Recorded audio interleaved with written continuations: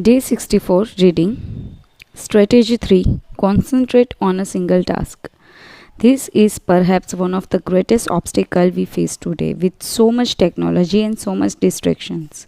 We are listening to a video on YouTube while writing an email when suddenly a chat prompt pops up and we answered it. Then our smartphone vibrates in our pocket just as soon as we respond to that message. We are back at our computer logging on to Facebook. Pretty soon 30 minutes have passed and we have forgotten what the email we are writing was supposed to be about. This also happens sometimes when we put on a movie with dinner and don't realize how delicious its salmon was until we are taking the last bite. We often think that combining tasks will save us time, but scientific evidence shows that it has the opposite effect. Even those who claim to be good at multitasking are not very productive. In fact, they are some of the least productive people. Our brains can take in million of bits of information but can only actually process a few dozen per second. When we say we are multitasking, what we are really doing is switching back and forth between tasks very quickly. Unfortunately, we are not computers adept at parallel processing. We end up spending all our energy alternating between tasks instead of focusing on doing one of them well. Concentrating on one thing at a time may be the single most important factor in achieving flow. According to Csikszentmihalyi, in order to focus on a task, we need to be in a distraction-free environment, to have control over what we are doing at every evening. Technology is great if we are in control of it. It's not so great if it takes control of us. For example, if you have to write a research paper, you might sit down at your computer and use Google to look up the information you need. However, if you are not very disciplined, you might end up surfing the web instead of writing that paper. In that case, Google and the internet will have taken over, pull you out of your state of flow. It has been scientifically shown that if we continually ask our brains to switch back and forth between tasks, we waste time, make more mistakes, and remember less of what we have done. Several studies conducted at Stanford University by Clifford Ever-Nass described our generation as suffering from the epidemic of multitasking. One such study analyzed the behavior of hundreds of students, dividing them into groups based on the number of things they tended to do at once. The students who were the most addicted to multitasking typically alternated among more than 4 tasks. For example, taking notes while reading a textbook, listening to a podcast, answering messages on the smartphone, and sometimes checking their Twitter timeline. Each group of students was shown a scene with several red and several blue arrows. The objective of the exercise was to count the red arrows. At first, all the students answered correctly right away without much trouble. As the number of blue arrows increases, the number of red arrows stayed the same, only their position changed. However, the students accustomed to multitasking had serious trouble counting the red arrows in the time allotted or as quickly as the student who did not habitually multitask. For one very simple reason: they got distracted by the blue arrows. Their brains were trained to pay attention to every stimulus regarded of its importance, while the brains of the other students were trained to focus on a single task, in this case continuing the red arrows and ignoring the blue ones. Other studies indicate that working on several things at once lower our productivity by at least 60% and our IQ by more than 10 points.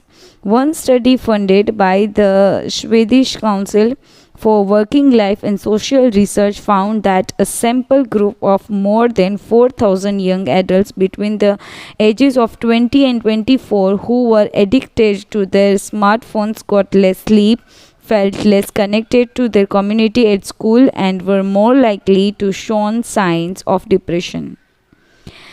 Concentrating on a single task and multitasking make achieving flow more likely, makes achieving flow impossible.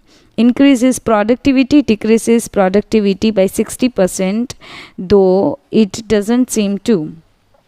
Increases our power of retention, make it harder to remember things, makes us less likely to make mistakes, make us more likely to make mistakes, helps us feel calm and in control of the task at hand, makes us feel stressed by the sensation that we are losing control, that our tasks are controlling us, causes us to become more considerate, at we pay full attention to those around us, causes us to hurt those around us through our addiction to stimuli, always checking our phones, always on social media, increases creativity, reduces creativity. What can we do to avoid falling victim to his flow impeding epidemic? How can we train our brain to focus on a single task? Here are a few ideas of creating a space and time free of distraction to increase our chances of reaching a state of flow and thereby getting in touch with our ikigai. First, don't look at any kind of screen for the first hour you are awake and the last hour before you go to sleep. Turn off your phone before you achieve flow. There is nothing more important than the task you have chosen to do during this time. If this seems too extreme, enable the do not disturb function so only the people closest to you can connect you in case of emergency. Designate one day of the week, perhaps a Saturday or Sunday, a day of technological fasting, making exceptional only for e-readers without Wi-Fi or MP3 players. Go to a cafe that doesn't have Wi-Fi. Read and respond to email only once or twice per day. Define those times clearly and stick to them. Try to Pomodoro technique. Get yourself a kitchen timer. Some are made to look like a Pomodoro or tomato. And commit to working on a single task as long as it's running. The Pomodoro technique recommends 25 minutes of work and 5 minutes of rest for each cycle, but you can also do 50 minutes of work and 10 minutes of rest. Find the pace that's best for you. The most important thing is to be disciplined in completing each cycle. Start your work session with a ritual you enjoy and end it with a reward. Train your mind to return to the present when you find yourself getting distracted. Practice mindfulness or another form of meditation. Go for a walk or a swim, whatever will help you get centered again.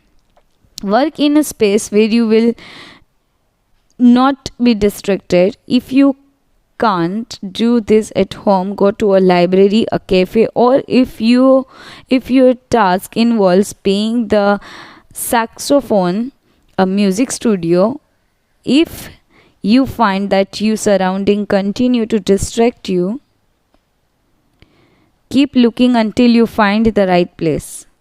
Divide each activity into groups of related tasks and assign each group its own place and time. For example, if you are writing a magazine article, you could do research and take notes at home in the morning, write in the library in the afternoon, and edit on the couch at night. Bundle routine tasks such as sending out invoices, making phone calls, and so on, and do them all at once.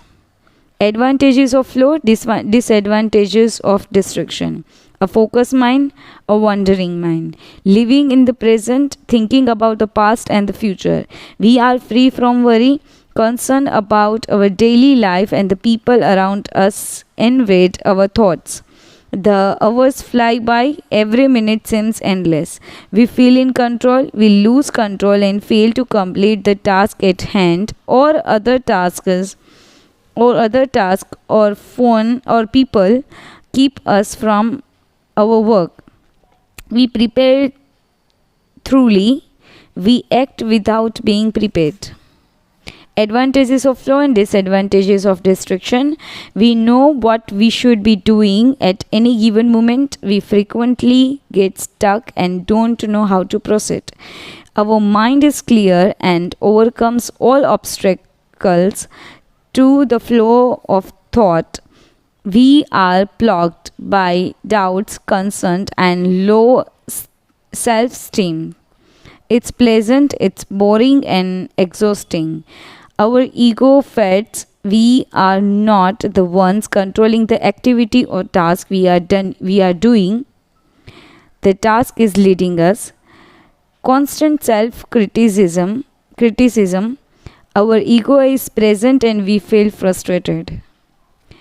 Okay, I live in Gujarat, and today is really bad weather, really a very heavy flow of raining, so we don't have electricity over here. I try to send this audio and video in my YouTube channel, but I don't know it's posted or not.